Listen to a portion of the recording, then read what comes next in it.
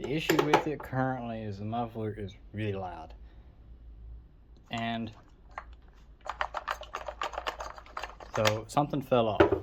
Now this is a Westcoast Saw muffler.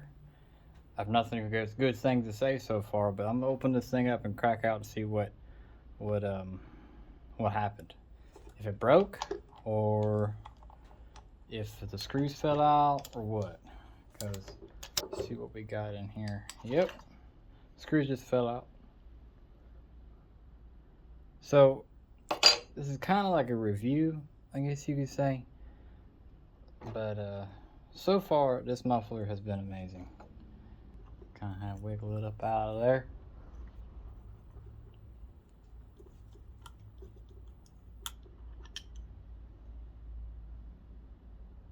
Okay, so I do believe this has indeed broken. Yep.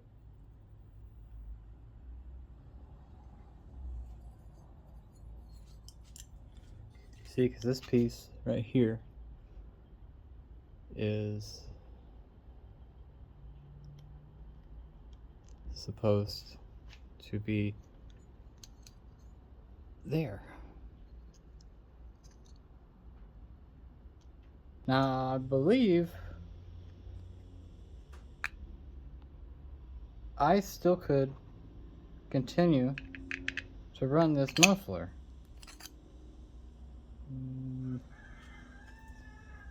I have still some leakage, but all I would have to do is find me some 2 screws, because the way it is designed is pretty ingenious. If these 2 screws haven't came out, you would have never known that leak was even there, because you can't see on the back side of the saw here. Oh, that needs to be cleaned anyways. So. But as you can see, with these little holes right here, and with this muffler being down there, you couldn't really see if everything was, even with it being lit up correctly. So I don't have proper lights in here, so just work with me. But you wouldn't be able to see that this piece has broken off from that piece unless you were to maintain it and check it every once in a while. Take this thing apart and check it. Which, if any of you have this muffler already, suggest you might want to. But even if you put this back together, and if you don't mind them little bit of leaks right there, you can still run this muffler if you find the 2 screws that I lost. If you lost your screws, if you just put Loctite on them things, like red Loctite, and you don't plan on ever taking this thing apart. So my review of the Westcoast muffler is brilliant design. It just needs a little bit more R&D, which is a new product. I bought it when it was just released. He really just released a video on it, and I bought it. And then this is so far down the road, and this is what we got. The muffler sounds amazing. The muffler sounds amazing, okay? This muffler ain't got nothing good to say about it, because it improves the saw. It looks amazing when you got it out when you got it clean. And the thing, it just rips. I tell you, it just goes, all right? It's way better than that stock one. The stock one I find to be very doggish. This livens the saw up way much. Way much. Okay, I found my 2 screws. I lost the other one. Hold up. Wait a minute. It's in the thing. Okay, right. Shows you how stupid I am. Alright, so I got I found 2 screws, but they're too long, right? You can see that that's not going to work, okay? The screw needs to be like, that big. So what I'm going to do is show you how to cut down a screw if you ain't never cut down a screw and had to measure it. So what you guys do is you can take your thumb, put it right up on the screw, and then just spin your thing. Spin it, right? Okay, and there's your length, okay? You take this, you put that on the table, you put that on something, preferably your table where you can see it, and then you take your new screw that you're about to cut, and you just put them by beside each other. Now, my top of my head needs to be at the bottom of where my thumb needs to be, so that's where I'm going to measure it from. If you need to measure where the top of the screw actually starts, then you measure your, you put that in front of that, and if you don't, you put it behind it. Okay, very simple. Yep. Right. And then you just take your other thumb, and now the grinder, and you go just like that, right up by next to your thumb. Make sure you keep your finger and your thumb out of the way. As you can see,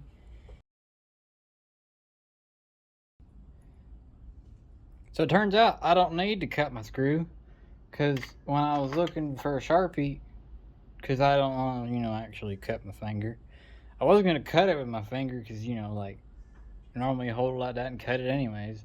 But I gotta have something better than my thumb to mark it with. You gotta be smart enough to at least not mark it with your thumb as you're cutting. I mean, come on. But, stupidity reigns supreme. But while I was looking for a Sharpie to cut my screw, what I came across is some more screws that turned out I don't have to cut. And I'm kind of lazy, and I found them, and I don't have to use them.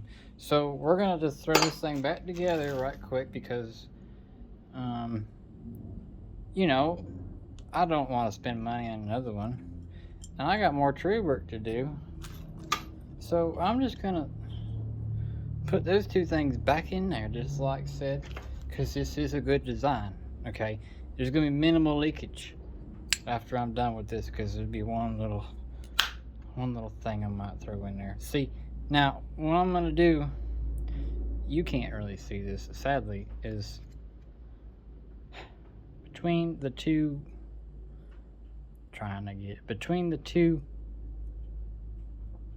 things, there's different levels of which these are sitting. So what I'm gonna do is sit here and kind of spin them around to where I can get the best position where they seal it the best.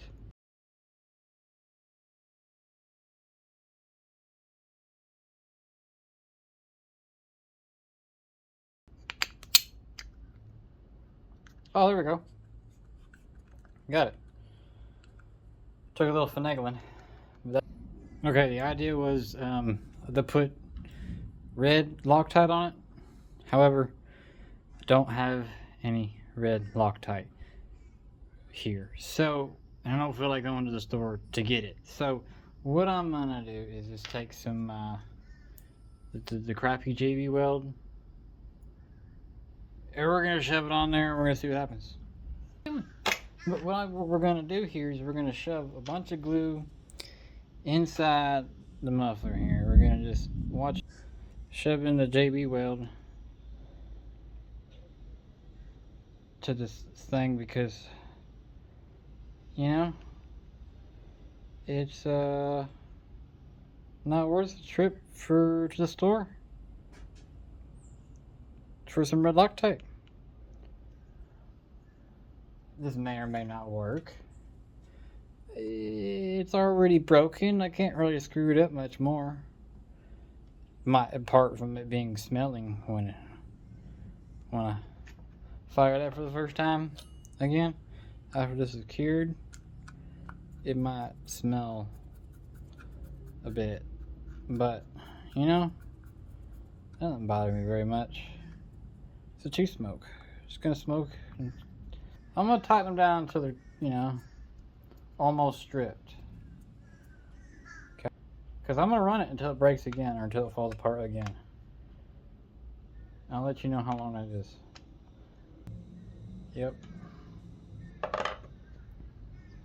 We're going to throw a little bit on the top just to make sure that this is impossible to take apart again without a grinder. Yep. It's already screwed, so can't screw it up much more. I just put epoxy on my chain. I'll let you know how that goes. Okay, because I'm impatient and I don't feel like waiting for all this to set up to put it back in the saw, I'm just gonna throw it back in the saw. I'm not gonna run it today, I don't think, but it is 5 minutes set epoxy. So, you know, so all you gotta do is, the hardest part is getting these screws lined up, I have found. And they're not the hardest thing in the world to do, but it's relatively not the easiest thing to do. Okay, I found that maybe if they stick in there well, like my situation, because it's broken, you can do that. You could probably put like a little bit of